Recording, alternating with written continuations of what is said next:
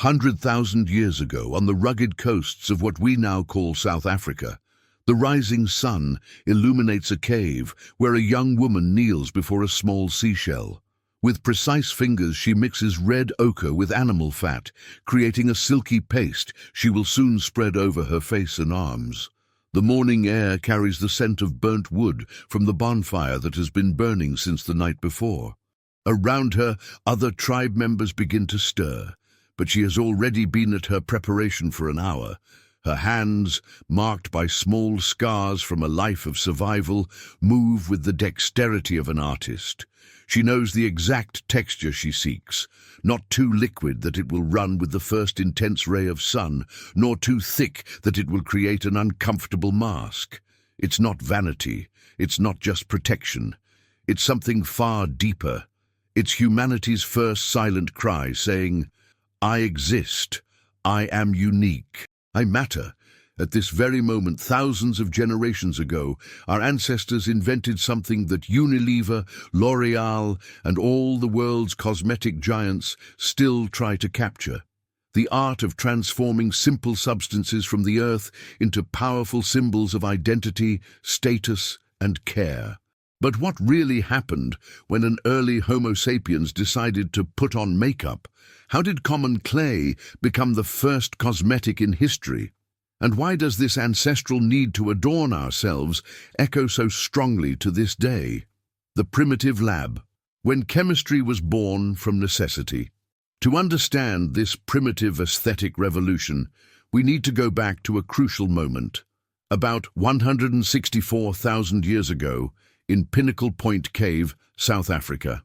There, archaeologists discovered something extraordinary. Not just stone tools, but intentionally processed pieces of red ochre. Ochre isn't used to cut meat.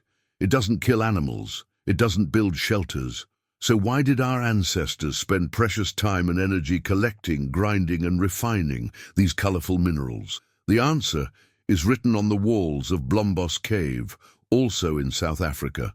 73,000 years ago, someone took a piece of ochre and drew crisscrossing lines on a rock, humanity's first known graphic design. But this was just the beginning. Christopher Henshelwood, the archaeologist who led the excavations, discovered something even more impressive: entire workshops for body paint production. Perforated shells that served as containers, stones used as pestles to grind pigments, and remains of complex mixtures, red ochre combined with bone marrow fat, ashes from specific plants, and even fermented urine as a fixative. Yes, you heard that right. 70,000 years ago, our ancestors already mastered basic cosmetic chemistry. But let's delve deeper into this primitive laboratory. Imagine observing this process thousands of years ago. A middle-aged man, clearly experienced, supervises 3 young apprentices. They are sitting in a circle around a flat stone that serves as a workbench. The master picks up a piece of ochre, a mineral he and his group walked 2 days to collect from a specific deposit in the mountains. It wasn't just any ochre. This one had a particular blood-red hue, without clay impurities that would make the mixture opaque. He had already tested dozens of samples over the years, developing a trained eye for quality. With a smaller, harder stone, he began to grind the mineral. Each strike was calculated. Too much force would break the base stone, too little force would not produce the fine powder needed. The apprentices observed not only the movement of his hands, but his body posture, the rhythm of his breathing, the concentrated expression on his face. After 20 minutes of meticulous work, he had before him a pile of intense red powder, fine as the most refined sand. But this was only the first step. From a leather pouch tanned with techniques that took generations to perfect, he extracted a small portion of animal fat. It wasn't just any fat, it was mammoth bone marrow, extracted from bones boiled for hours until they released their purest, oiliest essence. This fat had unique properties. It didn't go rancid quickly like others, kept the skin hydrated even in dry climates, and, crucially, created a base that allowed pigments to adhere to the skin for days. The mixing process was a delicate dance. First, he slightly warmed the fat in his palms until it softened without melting. Then he began to incorporate the ochre powder little by little, constantly testing the consistency with his fingertips. The proportion had to be exact. Too much pigment would make the mixture grainy and difficult to spread. Too little pigment would result in a weak paint that would fade quickly. One of the apprentices, eager to speed up the process, tried to add more ochre at once. The master stopped him with a firm gesture. "Patience," his facial expression seemed to say. "The paint will tell you when it's ready." After 15 minutes of careful mixing, he had in his hands something that any modern cosmetic chemist would immediately recognize: a stable emulsion with uniform pigmentation, creamy texture, and ideal adhesive properties for skin application. But the master was not finished. From another container, a carefully prepared shell, he retrieved a dark, viscous substance. It was a mixture of ashes from specific plants, collected after ritual fires burned selected woods. These ashes were not just an additive. They were the component that would give the paint unique properties: water resistance, insect protection, and, most importantly, the ability to slightly change shade as body temperature varied throughout the day. The addition of the ashes required even more refined technique. They needed to be incorporated gradually with constant stirring to avoid lump formation. The final result was a body paint that had taken 3 hours to prepare and would be enough to paint 5 or 6 people. This was not a random or improvised process. It was cutting-edge technology of the time, the result of generations of experimentation, error, and refinement. And it was happening 65,000 years before the first modern chemists stepped into a lab. The cognitive revolution, when we became conscious of our appearance. But let's go beyond curiosity. Why exactly would an early Homo sapiens care about appearance? The answer lies in the brain. When our species developed a more complex prefrontal cortex, something fascinating happened. We began to see ourselves as others see us. For the first time in the history of life on Earth, an animal developed aesthetic self-awareness. And with that awareness came a powerful discovery. Appearance communicates. Think of it this way. You're on a savanna 50,000 years ago. Resources are scarce, territories are disputed, reproductive partners are valuable. How do you signal that you are healthy, strong, successful enough to deserve respect or romantic attention? You paint yourself. A face covered in bright red ochre not only protected against sun and insects, it announced that this person had access to rare resources, leisure time for personal care, and the technical knowledge to create these mixtures. It was like wearing a 40,000-year-old Rolex. But here's where the story gets even more fascinating. This aesthetic consciousness did not develop in a vacuum. It emerged along with other revolutionary cognitive capabilities that defined our species. Modern neurological studies have revealed that the same brain regions responsible for facial recognition, empathy, and symbolic language also process aesthetic information. When our ancestors began to paint themselves, they were simultaneously developing abilities to read more subtle facial expressions, to understand that other people had different perspectives than their own, and to create the first complex non-verbal communication systems.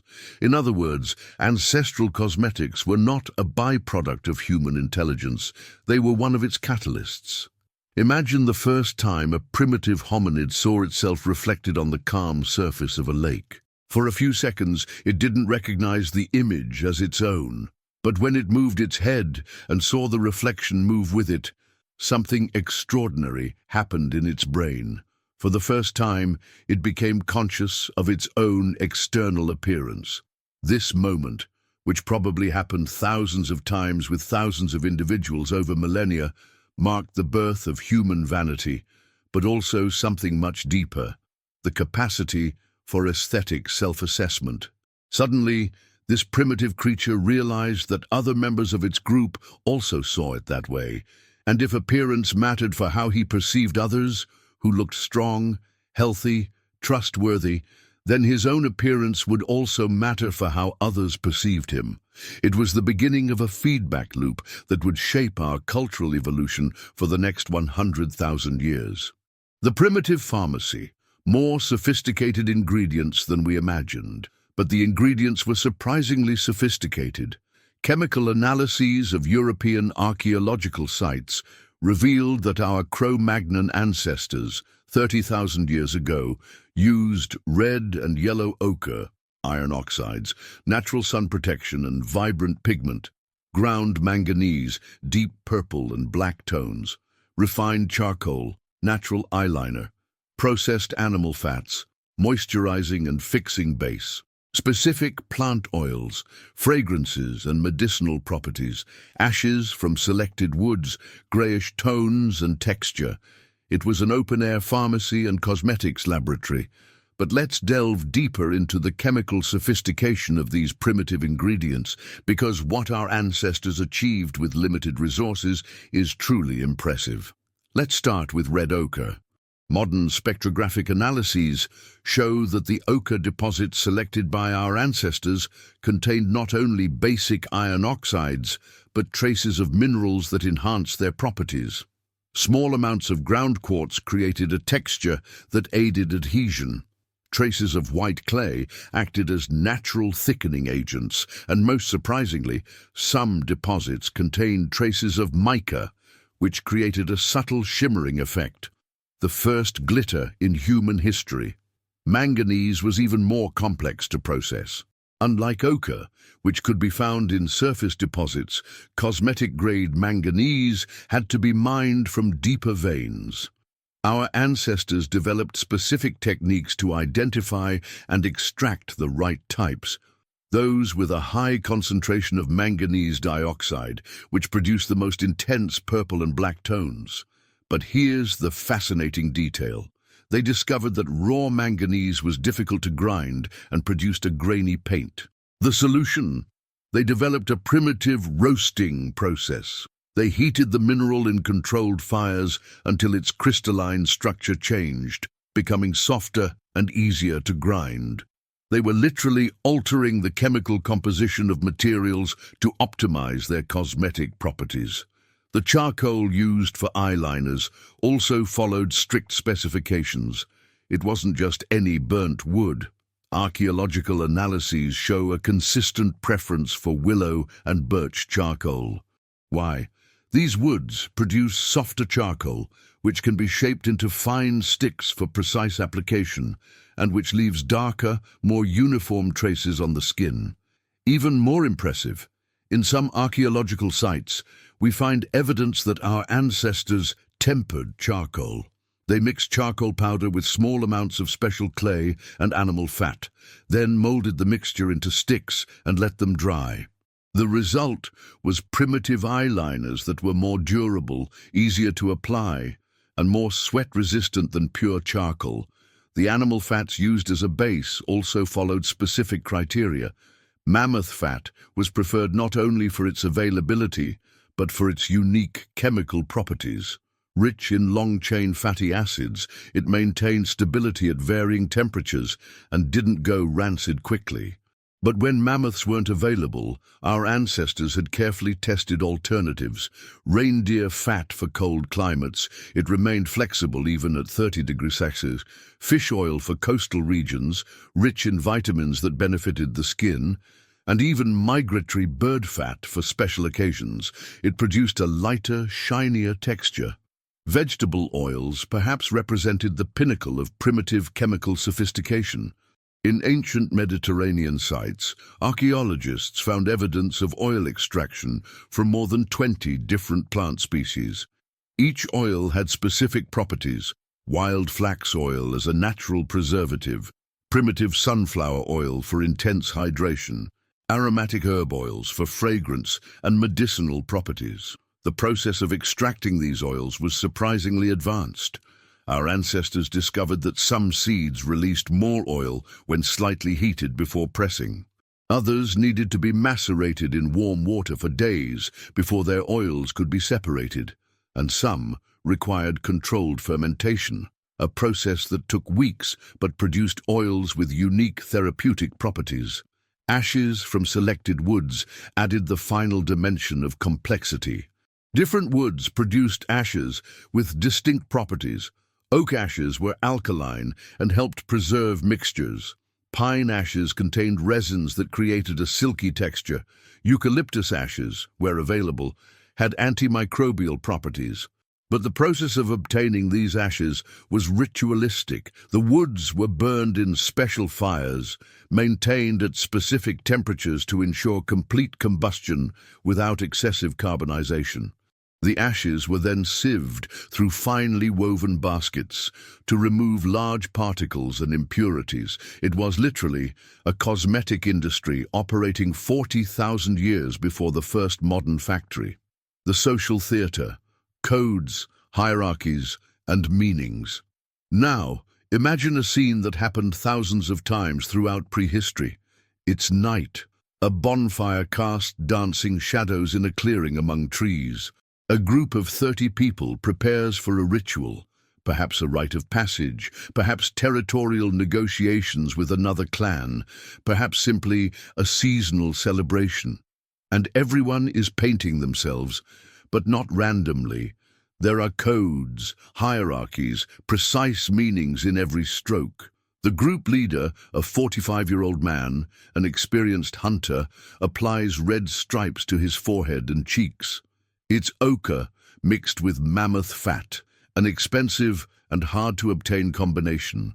Each stripe represents a hunting victory, a conquered territory, a defeated rival. Beside him, his main wife adorns herself with even more complex patterns.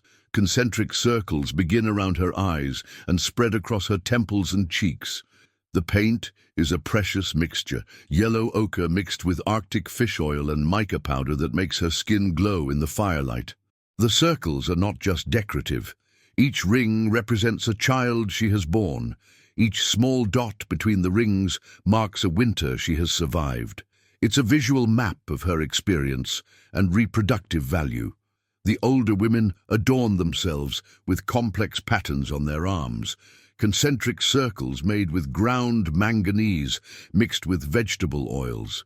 These are symbols of fertility, wisdom, connection with ancestral spirits. But let's look closer at this visual hierarchy. A woman approximately 60 years old, clearly respected by the group, meticulously works on a design that covers her arms from wrists to shoulders. They are intricate, interconnected spirals, taking over 2 hours to complete. The paint she uses is deep black, the highest quality manganese, mixed with refined charcoal and rare herb oils. Each spiral tells a story. The larger ones, near the shoulders, represent the seasons she has lived, more than 50 complete circles, each with small internal marks indicating important events. Severe droughts, especially harsh winters, years of abundance. The smaller spirals, extending along her forearms, are genealogical maps. Each curve represents a descendant. Each intersection marks marital alliances she helped negotiate. This is not just body art. It is a living library, a walking historical archive of the group. The young people, still proving their worth, use simpler designs, basic charcoal, less refined mixtures. But there are exceptions. A 16-year-old girl, the leader's daughter, displays an elaborate pattern of yellow and red dots on her face. It's a statement. She is available for courtship, comes from a powerful lineage, is worth the investment. But let's also observe the young men, because their body paintings tell different but equally complex stories. A young man, approximately 18 years old, carefully works on a design covering his chest and shoulders. They are straight, angular lines, created with a mixture of charcoal and red ochre that produces an intimidating dark brown tone. Each line represents a skill he has mastered, tracking large animals, making stone tools, knowing seasonal migration routes. But there is one line different from the others, thicker, with small red dots along its length. This marks his first major kill, a bison he helped hunt 3 moons ago. The red dots represent the bloodshed, and their position on his chest indicates he delivered the fatal blow. It's a visual resume, a Stone Age LinkedIn. But perhaps the most subtle codes are those related to reproductive status and marital alliances. A married woman wears specific patterns that indicate not only her marital status, but information about her husband, his social position, his achievements, even his family lineage.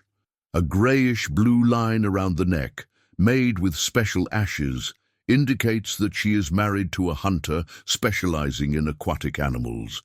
Red dots on the forehead show how many children she has had, and a specific design on the right wrist signals that she comes from a family with shamanic traditions. This is not romantic speculation. Archaeological sites like Dolní Věstonice in the Czech Republic from 26,000 years ago have revealed concrete evidence of this complexity.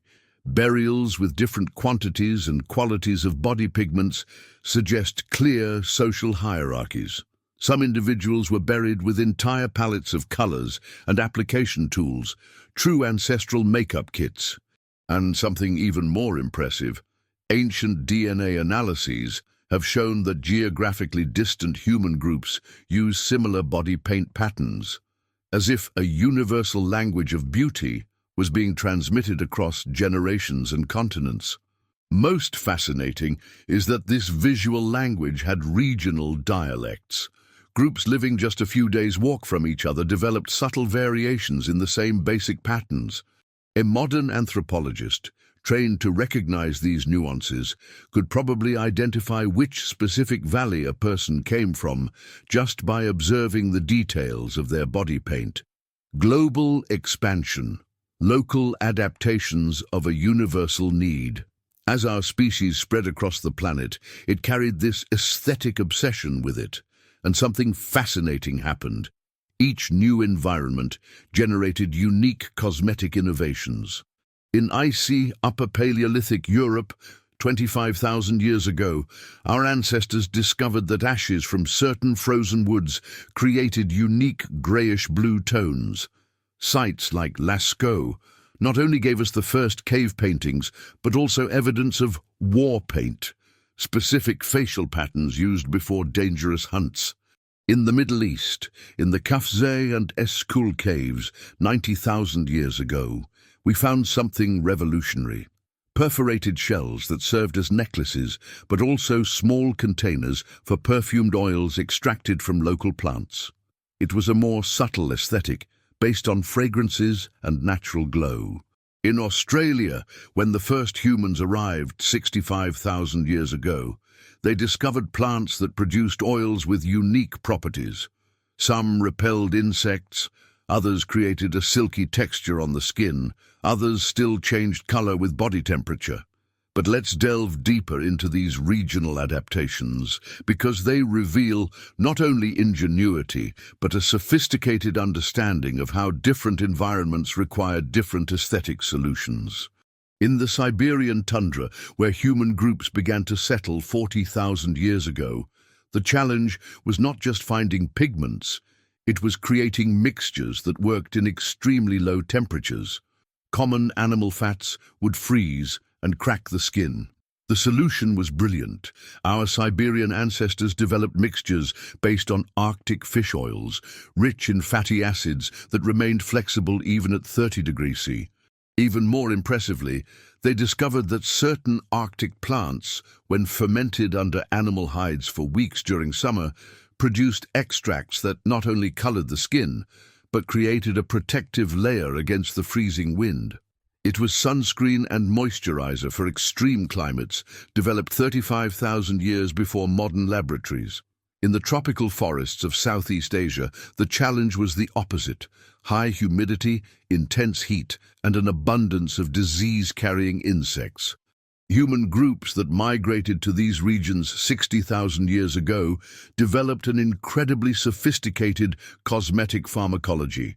They discovered that the sap of certain trees, when mixed with local red clay, created a body paint that not only resisted abundant sweat, but had natural repellent properties.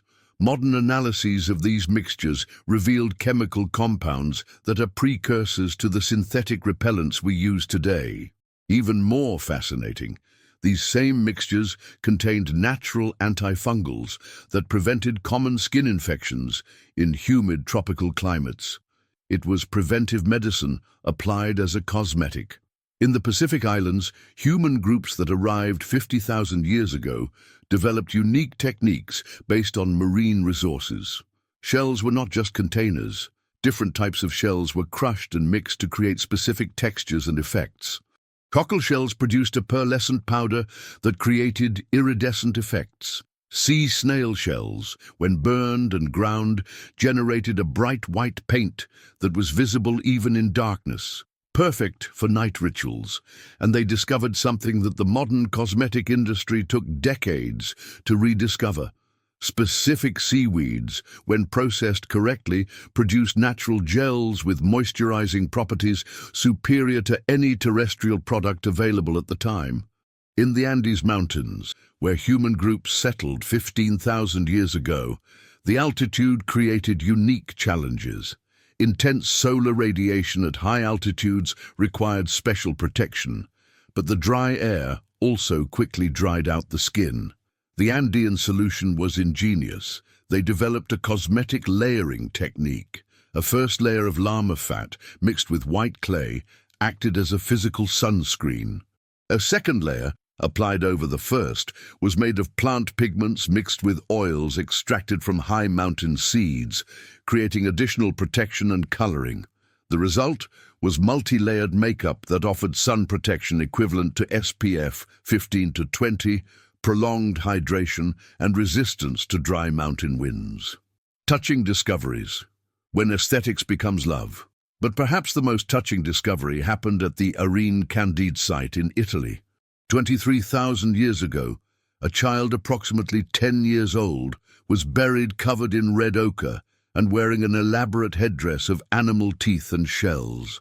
Around the body, archaeologists found small containers with remains of different pigments, as if the parents wanted to ensure that even in death their child remained beautiful. It was parental love expressed through aesthetics. It was proof that caring for appearance 20,000 years ago was already an act of affection. But this was not an isolated case. Archaeological sites around the world have revealed similar evidence that aesthetic care was fundamental in our ancestors' funerary practices. In Russia, at the Sungir site, dated 34,000 years ago, archaeologists discovered the remains of two children buried together, covered with thousands of carefully crafted ivory beads painted with red ochre. Each bead had taken hours to sculpt and decorate. The ensemble probably represented years of work by specialized artisans.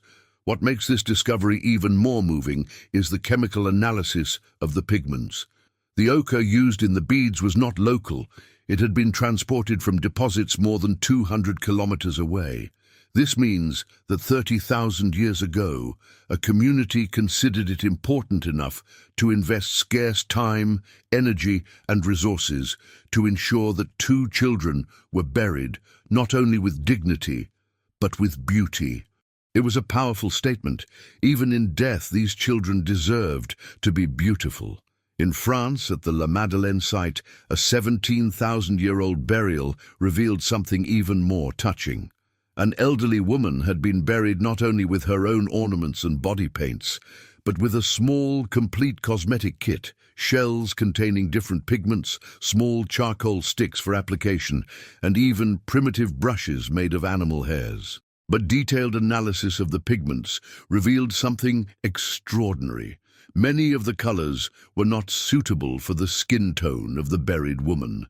They were shades that would work better on younger, lighter skin. The archaeologist's conclusion was moving.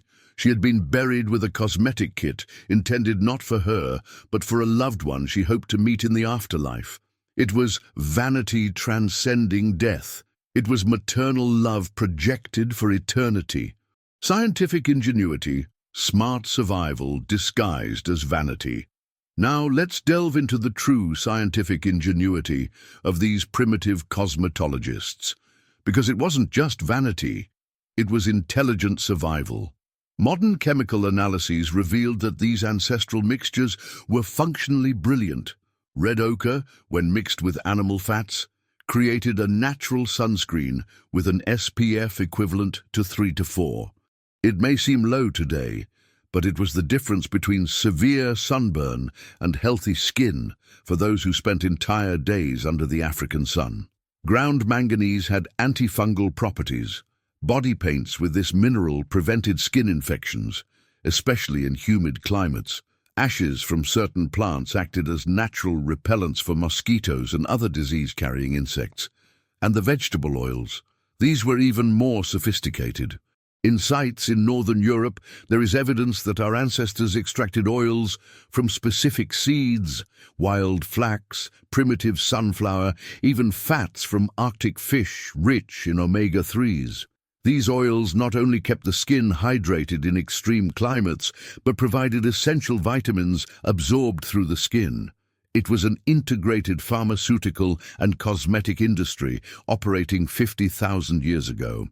But let's delve deeper into the specific ingenuity of some of these solutions, because what our ancestors achieved is truly impressive when analyzed with modern scientific knowledge. Let's start with the most surprising discovery. Our ancestors developed the primitive equivalent of what we now call controlled-release drug delivery systems. In archaeological sites in France and Spain, dated between 25,000 and 30,000 years ago, we found evidence of layered cosmetic medicinal mixtures. The technique worked like this.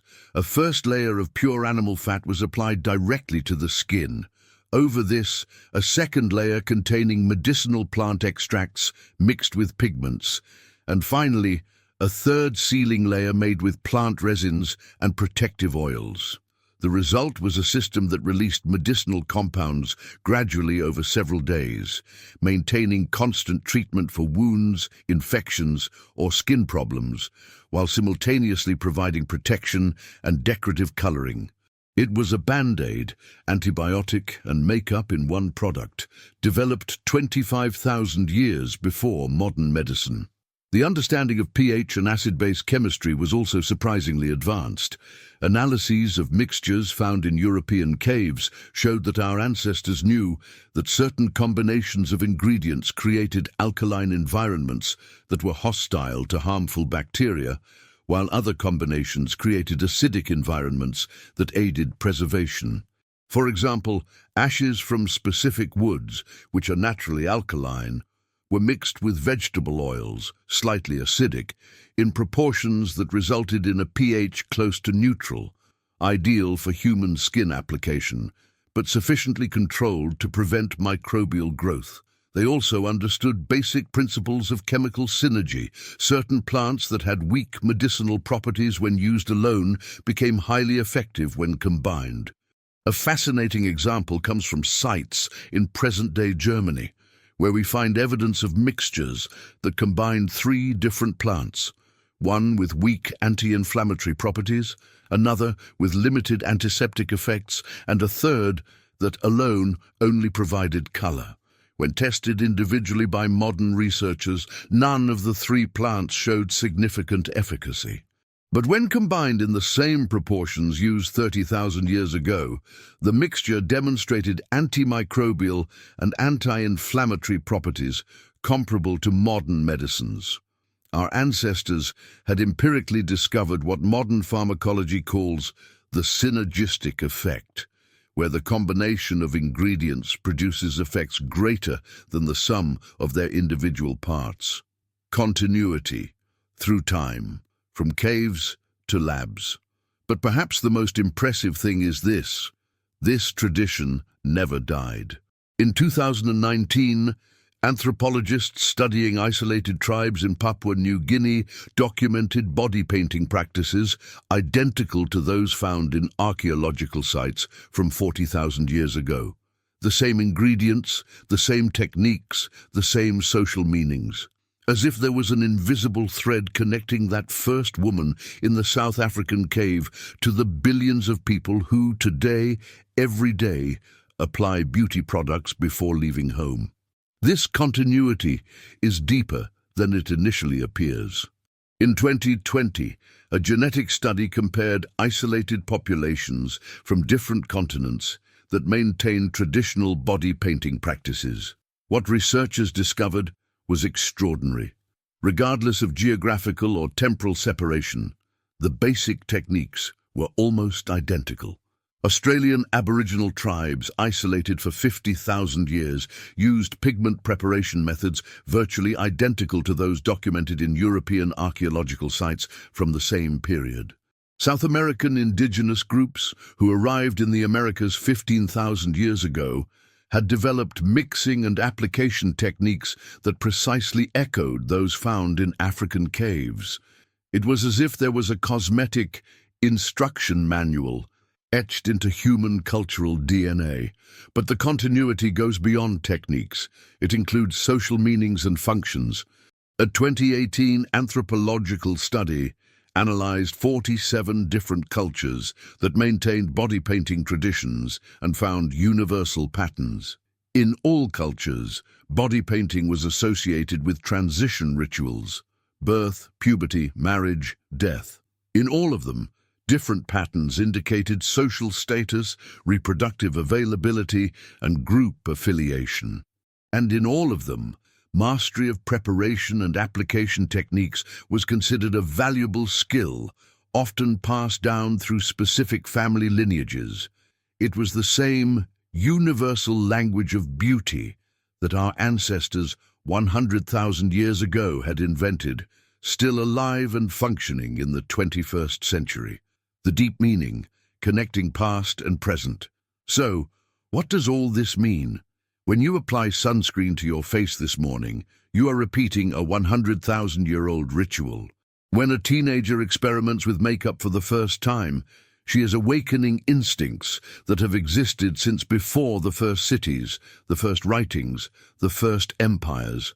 The global cosmetics industry, which moves more than $500 billion a year, exists because we carry in our DNA this ancestral need to communicate through appearance, to signal health, status, identity, availability, power.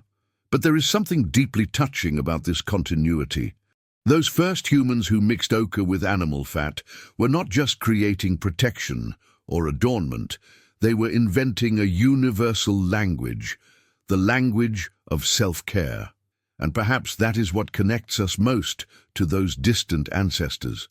Not the technology we developed or the cities we built, but this simple and universal need to wake up in the morning and dedicate a few minutes to caring for our appearance.